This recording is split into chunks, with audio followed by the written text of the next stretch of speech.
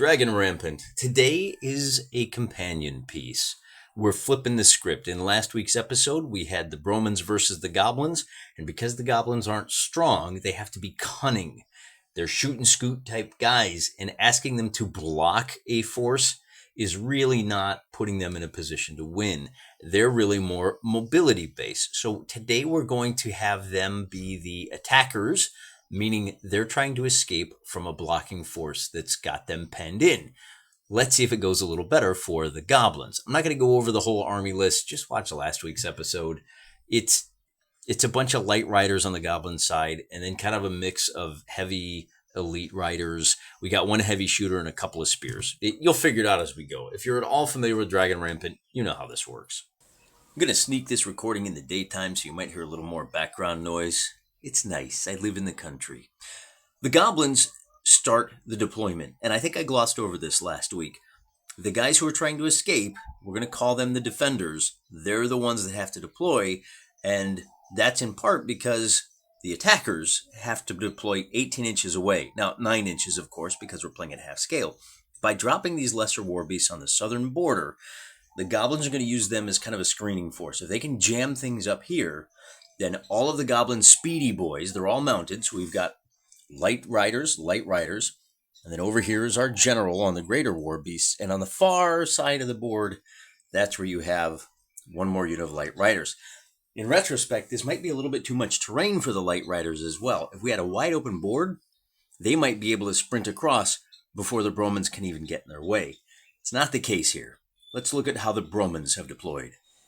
They are required to have at least one unit on both sides of the board, north and south. We've got our general over here in the back. And this whole area, remember, this is the only way that the Goblins can cross the river. Here, the bridge, and then this ford right there. So we put the zoomy boys in the back. They have a total movement of 5 inches.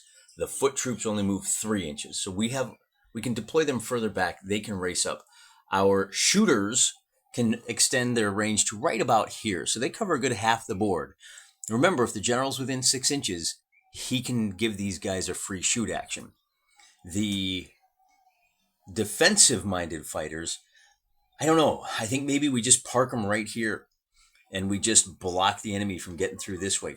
Channel them into this area here, because if we look on the far side of the board, way over there, you can see I've got the other infantry that can jam up there. And then our elite riders, who are so good, can kind of seal up the middle. And maybe we wind up crossing the rivers, bringing the heavy riders in as well. Kind of depends on what the activations look like, doesn't it, guys? With all that done, we can now start the game. 6 inches of movement across the board for the Goblins, with the exception of the general, who moves 5 inches. With very easy to move figures, the light riders always move on 5-ups. I'm going to move these guys, and then those guys. Those are the first 3 rolls. Looking for 5s.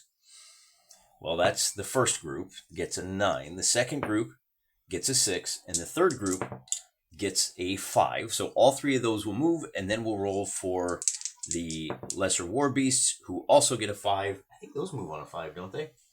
Lesser war beasts.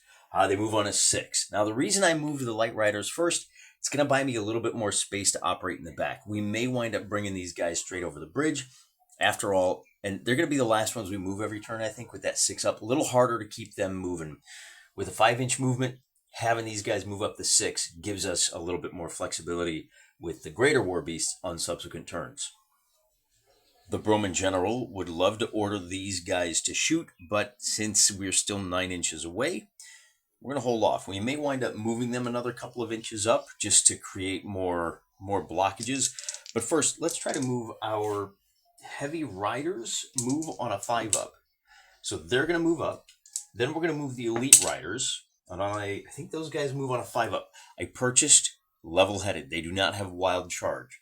So we move them up, and then it's going to be important to move this unit of heavy foot up on a 5 or better.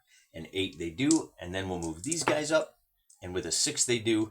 And finally, like I said, we're going to try to move the other reason I want to move the heavy shooters up is that it keeps them within 6 inches of the general, so they can keep getting that free shoot order. You can download nice, fancy, printable cheat sheets with all of the different rosters. Just to show you guys, I do things analog on a fairly regular basis. I've got everybody kind of all jumbled up. This is the reference sheet. You may see this lurking off to the side of the table from time to time. And sometimes I use the 6-inch ruler. Most of the ranges are going to be 6 inches. The only exception is the shooters, who will be firing at a total of 9 inches. When they fire beyond 6 inches, they're at -1. They normally hit on 5s. They hit on 6s, I think. Let's check our little roster. Heavy missiles, when they shoot on a 4-up, up to 6 inches. Beyond 6 inches, out to 9, they hit on 5s. I remember that. Those guys are better than I thought. But it's not their turn to shoot now. It's the turn for these guys. I'm going to try to move these guys first. With a 9, they'll move, and of course they're moving straight up. Then these guys are going to try to race across the bridge as well. And then the last unit of light riders will also try to follow suit. So all 3 of my light riders go. I want to take a look at what the battlefield looks like after that movement, because that's going to dictate where my heavy war beasts go. I'm going to roll to move them. And since they move a total of just 5 inches, I'm going to bring them around over to here. We have a real problem with not having enough space on the table, or on the battlefield, as it were. This is why I think that the Mongols, had they actually invaded those dense forests of Germany, I don't think they would have found it as easy. They wouldn't have had as easy a time of things as they did racing across the steppes and even down, in through Hungary. Be that as it may, just kind of a brief historical aside. The thing with these light riders, these shoot and scoot guys, you need room to scoot. They can shoot, but without room to scoot, I think they're going to be in big trouble. We're going to have a serious traffic jam on the I-9 here. Is it the I-5? I don't know. Locally, it's the H1, where there's always traffic jams anytime there's more than anytime it's even approaching rush hour. Anyway, enough about my life. Let's talk about these lesser war beasts. They are not within wild charge range. That's why we didn't start with them. But they're trying to get there. And with a 7, they will finally be able to move up. Recall that they are both fleet of foot and they are rangers. So that means they're going to ignore the terrain penalties. And when they're in terrain, they don't fight at a penalty. Since they're in terrain, if these heavy foot, now they're too far away, but if the heavy foot decided to join them in battle here, the heavy foot would be fighting at a distinct disadvantage. Not the case. So let's slide on over and we'll deal with the Bromans side of the turn. And now the Bromans have an easy one to start with. The heavy shooters are going to take a shot at these light riders. Now the light riders, as you can see, half of them are behind cover. They're on the bridge. I'm going to give them an increase of 1 to their armor save for that. The good news about being fast in a place with a lot of terrain is you can take better advantage of the terrain for defensive purposes. Now, as I said, if these riders are within 6 inches, and they are, this is why we moved them up, moved the heavy shooter up. Normally hitting on 4s, the light riders have an armor of 3. In this case, they're going to wind up with an armor of 4 because they are in terrain. So we're going to count, and every grouping of 4 4s will be a casualty. And we got ourselves a solid roll here. 8 out of 12 hits. We beat the odds. We did 2 casualties to these riders and forced a morale check at -2. They have a courage of, light riders, have a courage of 4 up. So at -2, they score a 4. They are successful. Now we need to roll for some activations. And I think we're happy with these guys. First, I want to try to bring these riders into play. With a 6, they will be able to move up their full complement of 5 inches to here. So we've just about sealed off this center passage. If the Goblins were expecting an easy ride through, they're going to need 1 turn of the Bromans failing that first activation check, and it doesn't look like that's going to happen this time around. The Bromans don't need to move these guys because they know they're going to be wild charged by the lesser war beasts. So the next thing they're going to want to do is bring these guys up. No, I do. Ooh, this is a really interesting question. Oh, interesting choices here, guys. Do we bring them up here to face these two units, the leader of the goblins and the lesser war beasts? But that risks opening a back door for this unit to slide through here. They're not going to worry so much about these heavy shooters, are they? Do we park them here and just wait? I think that's probably the best move. And it doesn't matter because with Snake Eyes, nobody gets to go. So the goblins now have an opportunity to slip by. And we'll start 1, 2, and 3. So 1, 2 is going to move, and 3 is also going to move. So we got ourselves a nice little conga line. Except we forgot something, didn't we? These lesser war beasts start the turn with compulsory moves. They are obligated to wild charge this heavy foot. It's not going to matter. They've failed the wild charge, so they don't act. But that does not end the turn. The wild charge means that the lesser war beasts are required to make an attack, and they need a 3 or better to do so. If you have a +1 to activate within 6 inches of your general, which I can't remember. Some of these games have that, some don't. I haven't been using that rule for anybody, so I'm not going to use it for now. Instead, understand that the wild charge, because it's compulsory, if you fail, you just don't move. All right, which is going to be a problem for the goblins. Remember, with 3 victory points for getting a full strength unit off the table, we're looking at 7 victory points over here and 4 over there. Even if these 2 units are completely wiped out, if we can get these 3 off the table, the goblins will win the game. The next thing we have to do, the last unit for the goblins, is the general, who is going to try to move up, and the greater war beasts have a 5-inch movement. So we're going to bring these up. And just to be really explicit about how movement works, it's by figure.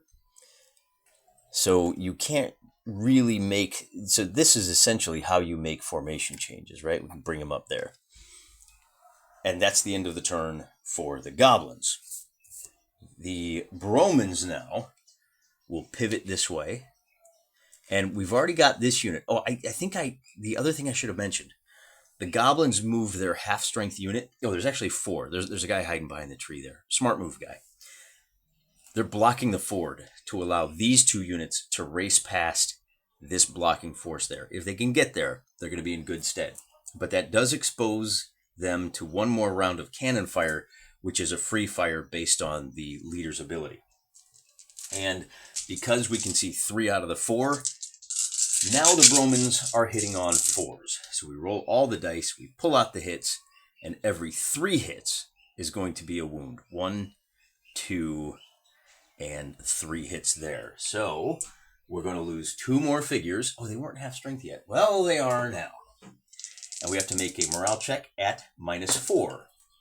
4 minus 4 means this unit is just completely gone. That is 2 victory points to the Bromans. And they're not even done yet, because the next thing we're going to do is move this blocking force to get in the way. And I think if they're successful on this move, 5, they are, I think that's really going to be the end for the goblins. They didn't get what they needed. So again, moving 5 inches, we can bring this guy over to here. And this is where the high cost of pivoting comes into play. This figure is only going to move 2 inches because we need to bring this figure out the full 5. And you can play a little bit fast and loose with this game by doing like a line of spears. You can line all 12 of your guys up to cover more space. I don't generally do that. I don't know that it's really worth it. I do want to bring this unit. Do I charge with these guys first? So it's harder to attack with them. They only attack. The heavy foot only attack on a 6-up, whereas these guys move on a 5-up. So I'm going to move my leader first, and he's going to move his full speed of 6 inches. Yes, I know that blocks the shooty guys, but I don't care. I really want to get stuck in, and with that 5 inches, we're still blocking the ford. Flanks don't matter. If these guys were to move over here, they'd pivot to fight. All right, it's a skirmish game. It's fine. The next thing I think we want to do is, see, they've acted, and they've acted. I really like where these guys are at. I really like the idea of them eating this charge. Remember, heavy foot are defensive fighters. So the last thing we'll do is let's bring these guys up and we'll actually try to attack here. If we can reduce this unit, so with 6 up, will attack. If we can reduce this unit to half strength, then we'll be sitting pretty. Unfortunately, because they are heavy foot, when they are on the attack, they only hit on 5s. When they're fighting defensively, they hit on 4s. But we'll take it. So hitting on 5s, and the light riders have an armor of 3. So for every triple 5 or higher, we get 1 hit. And I don't see, we have one other 6, that's wasted. So we're going to remove one of these figures. And I know I didn't move these guys up. They're within 3 inches, so they move up to here. The light riders now get to fight defensively. They'll get all 6 of their dice. And when they're fighting defensively, the light riders are only going to hit on 6s, but they're fighting guys with an armor of 3. So looking for 3 6s, we don't get it. That means the only people that have to make a morale check are the goblins at -1. They get a 6. They're fine.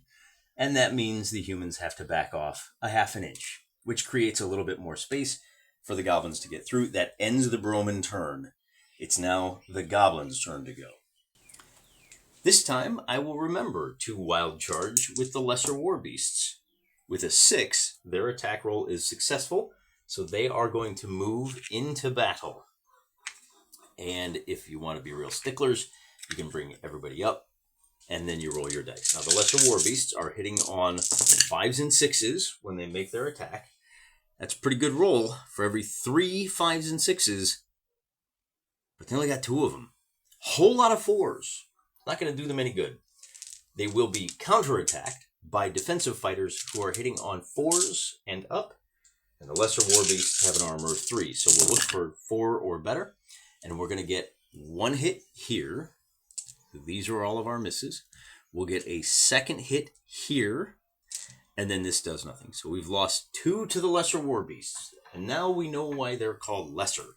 Rolling for our courage, they have a courage of 4, so 6 minus 2 is 4. They've passed their courage test, which means they just bounce off. They're going to drop back about an inch, and that will end the lesser war beast turn. Then we got to do the...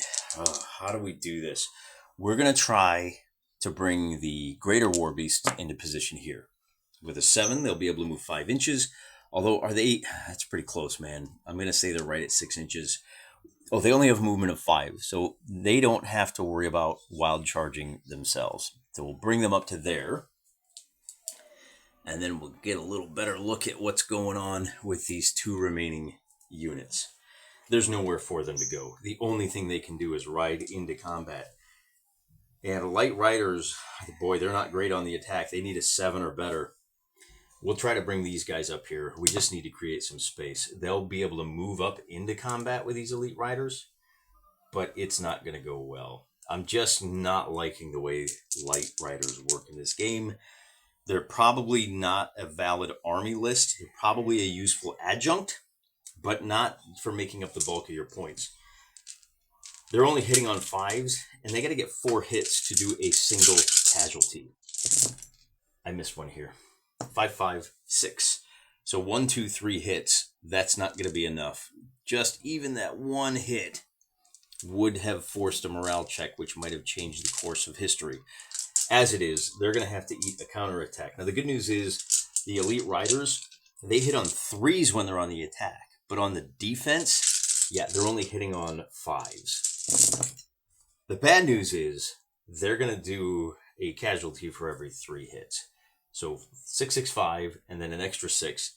The light riders will take 1 casualty, and they have to take a morale check. With a 6, they succeed.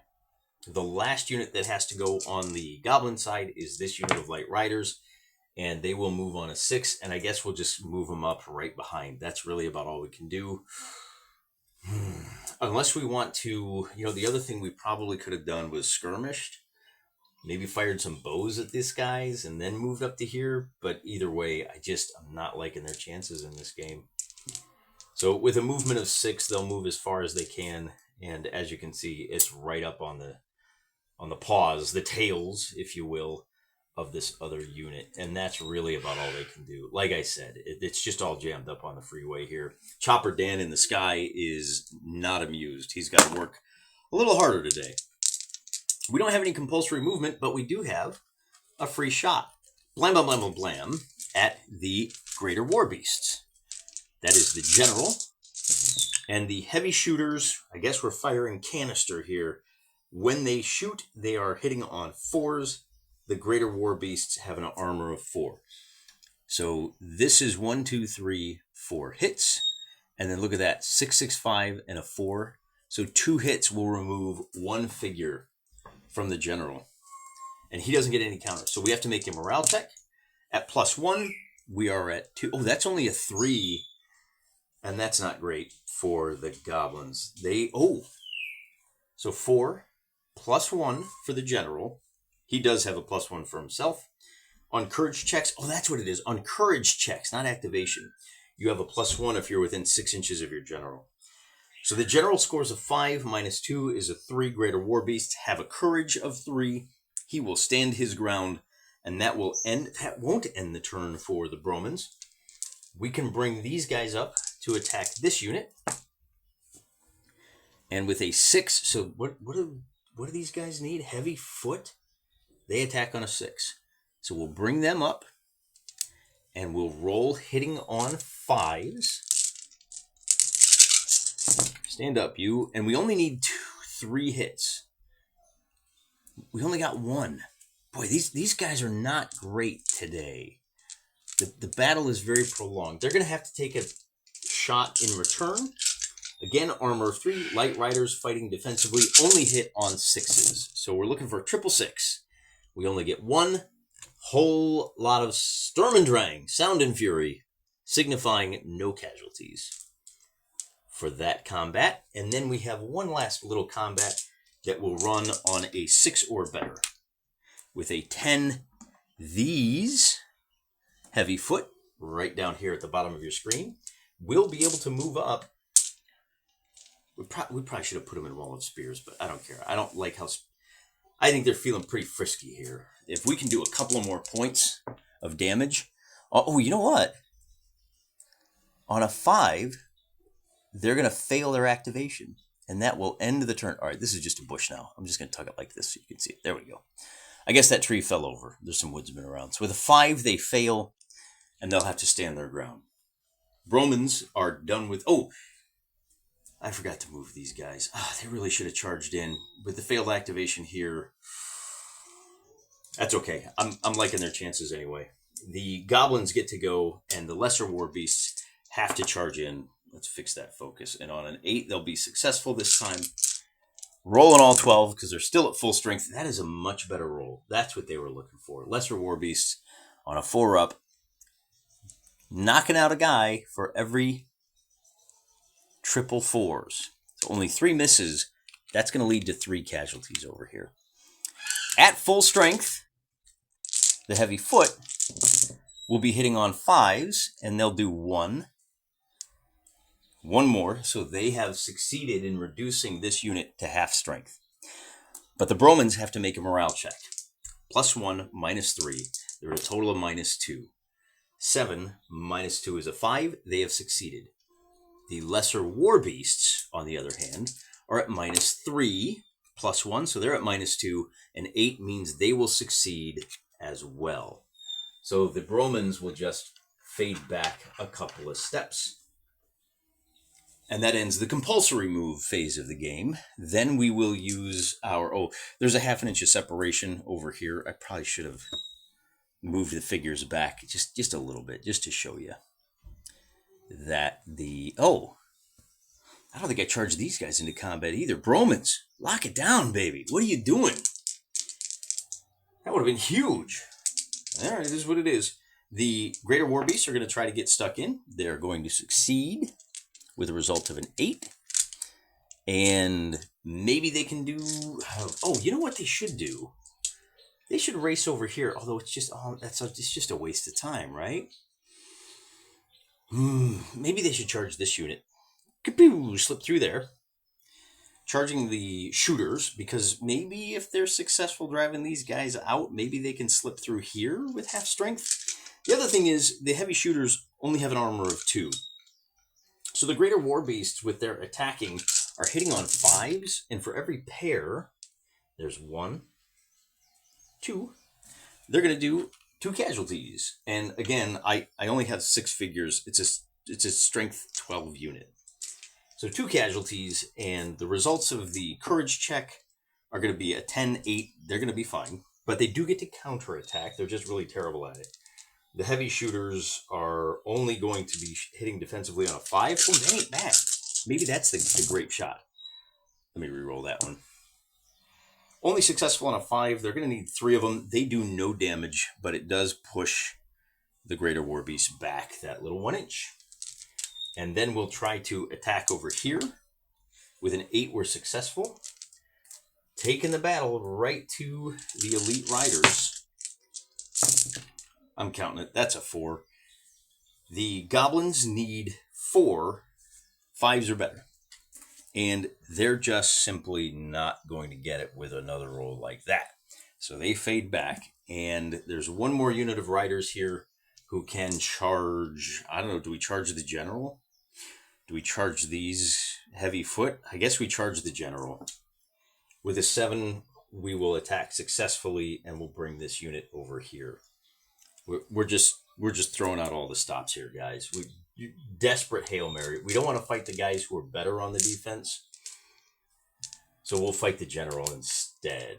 And you know, it occurs to me, this guy should have got 3 rerolls on the misses. When he's fighting in melee, he can roll 3 more dice. And if we had, I think he's going to do 1 more casualty, to be honest with you. Let me drop the casualty marker down. These guys would have been at -3. They still would have passed their check. But that is important, because if you do 3 more, they're at half strength. Anyway, we're charging over here with these light riders. Light into heavy, it's not going to go well, man. They're attacking on 5s.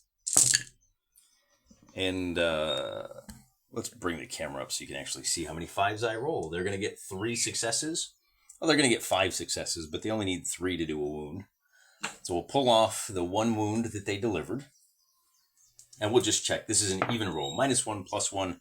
Call it a 7. The heavy riders are going to be fine. And the heavy riders are also going to fight defensively. Hitting on 5s. Every 3 hits will remove a figure. 1, 2, 3. That's just 1 figure comes off. And we make a morale check at +1. The light riders are going to be fine. This ends the goblin turn. The Bromans will take the easy shot. I guess I should pull these guys back to ½ an inch just to remind myself that they're not actually locked in combat. We'll take the automatic shot, hitting on 4s. We need 3 of them. Looking for trios of 4s. That's a pretty good roll. The cannon is the MVP of the day. He's going to get 1, 2. He's going to get 2 more hits, reducing this unit to just 2 strength points. With a 6 -4, he's going to lose his nerve, and the Goblin King is going to fall back 5 inches to here, and he's battered. He's not going to be able to move on the next turn. That's it for the free movement. Now we have to decide, since he's already at half strength, do we pursue with the general? I think that's probably this, and risk letting these guys through. They're full strength. I think we have to go at these guys. And we have to go at these guys too. Let's do the, who's better on the attack? They both attack on 5s. Let's do the leader first. I like him better. So with an 8, he will succeed. And then does this guy attack too? I'm just going to go ahead and roll it. So 3. So he's not. They're just going to stand their ground. But I do have to bring these guys up here. And now heavy riders on the attack will be hitting on 5s. Looking for trios. 1, 2, 3. 1, 2. So we only do 1 casualty. I will do my morale check. Battered leader doesn't apply, and 8 is successful. The light riders will now return the favor. And again, the light riders are hitting on 6s on the defense. and looking for trios. We only got 1-6, so the unsuccessful attack, well, it's fairly successful. We'll push the general back about a half an inch, and then with this failed attack roll, that ends the Broman turn. Gotta see if he recovers. Rolling, we get a 7, -4 is a 3. Greater Warbeasts have a courage of 3. He will at least recover. With the leader recovered, we have to do the wild charge. That is a full strength unit that fails its wild charge, and that means they're just going to stay right where they're at. So what about the rest of the goblins? Again, they're just desperately flinging themselves at a wall of iron. They are trapped and hemmed in. There's not a lot they can do. We'll do these guys first, because if they can somehow successfully drive off these elite riders, maybe these guys can run away fast enough that they won't get caught. They need a 6 to attack, and they will be successful in that. And they're going to need a whole lot of 5s. They got 1, 2, 3, so they do no damage. Now they're going to have to eat a lot of 5s. Fighting defensively, just looking for trios, we get a total of 1, 2, 3, and that's going to reduce this unit to half strength. That unit makes a -3 morale check, and with a 0, they are completely driven from the board. That puts the score at 4 to the Bromans, with a potential 3, 4, 5, 6, 7 points left on the board. 4 to 7. So, with these guys charging it, there's just not a lot for the goblins to do here. We'll charge the heavy riders, and with a 3 on the activation, they're just not going to move, which means the heavy riders... Actually, I'm bringing the elite riders in. We haven't seen what they can do on the attack yet.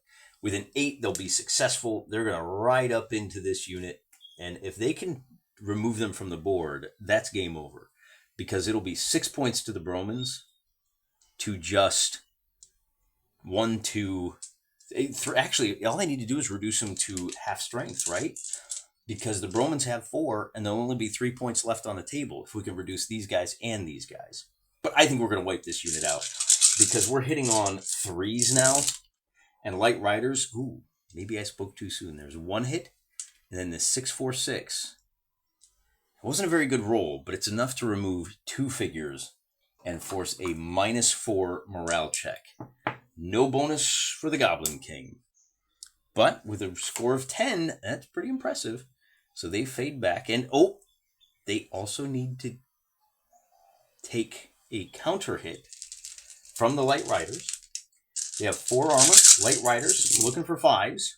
1, 2, 3, 4, 5, 6. So they will do 1 casualty. This is an even morale check. And with a score of 5, the Elite Riders have a courage of 3. Remember, it's +1, -1 for the casualty. So the Elite Riders are okay. They will fade back. And now our General is going to use his, hey, take a shot anyway. It's beyond 6 inches, but it's within 9. So we can take a shot at those Greater Warbeasts. And the cannon is really just doing yeoman's work here, as they say. Going up against a guy with an armor of 4 ain't easy, but they only need to hit on 4s. So that's going to give them, well, here's 3 more that don't do any good. We'll drop another casualty marker. I don't have another casualty marker. Let me grab one. On that leader, and he is going to have to make a morale check at -5. 5 +1. So we said we're at -5. +1 because he's a general. He passes, but he only has 1 strength point left. Then we're going to try to attack with this general here. And with a 7, he's going to try to eliminate the last 2 goblins over here in the Light Riders. And this could decide the battle. He's hitting on 5s as heavy riders. I'm sorry, he's hitting on 4s. We've got 1, 2, 3. And we've got 1, 2, so we only eliminate 1. There's still 1 guy left. But I don't know if that's going to do him much good. He is going to be making his morale check at a -5. Wow, he is one brave little son of a gun, isn't he? So even at a -5, he's going to pass his morale check. I guess the Ford is really doing him some good. He does get to counterattack, but we're only rolling 6 dice because they were at half strength. And they're not going to do any casualties on the general. He only got a pair of 6s on that one. Does that end the turn? It actually does not. So he stays where he is. And right down over here, these guys are going on the offense. Hey, you're spear guys. You're supposed to hold ground. Yeah, I don't care, man. My job is to get this done quickly so that we can go hit the barracks. Hitting on 5s. And they're not a single hit. The lesser war beasts will counterattack. And are they any good on the counterattack? Nah, they're only hitting on 6s. They need triple 6s. They are still at full strength. Not a single 6. There you go. More sound and fury. More signifying nothing. The score of the game, the potential score now, if everything goes perfectly for the Goblins, is 1, 2, 3, 4, 5. And the Bromans have scored 4. So I don't really know what that means because I honestly think this game is over. Well, we'll start with the wild charge. It is the Goblins' turn. These lesser war beasts will barge in. They have to. And as always, they are hitting on 5s. And as always, they're not going to do a single casualty. I shouldn't say as always. They've actually done 3 or 4 casualties. Give them a little credit. They're good puppers. They're trying their best. But now they have to take casualties. And the spearmen, 1, 2, 3, 4, 5 hits. They're only hitting on 3s. That's going to win the game for the Bromans. Because, we'll make a morale check, 3 + 1 -3. They have a courage of 4. So we take that away. They succeed and push the Bromans back. However, now there are only 1, 2, 3 points on the board.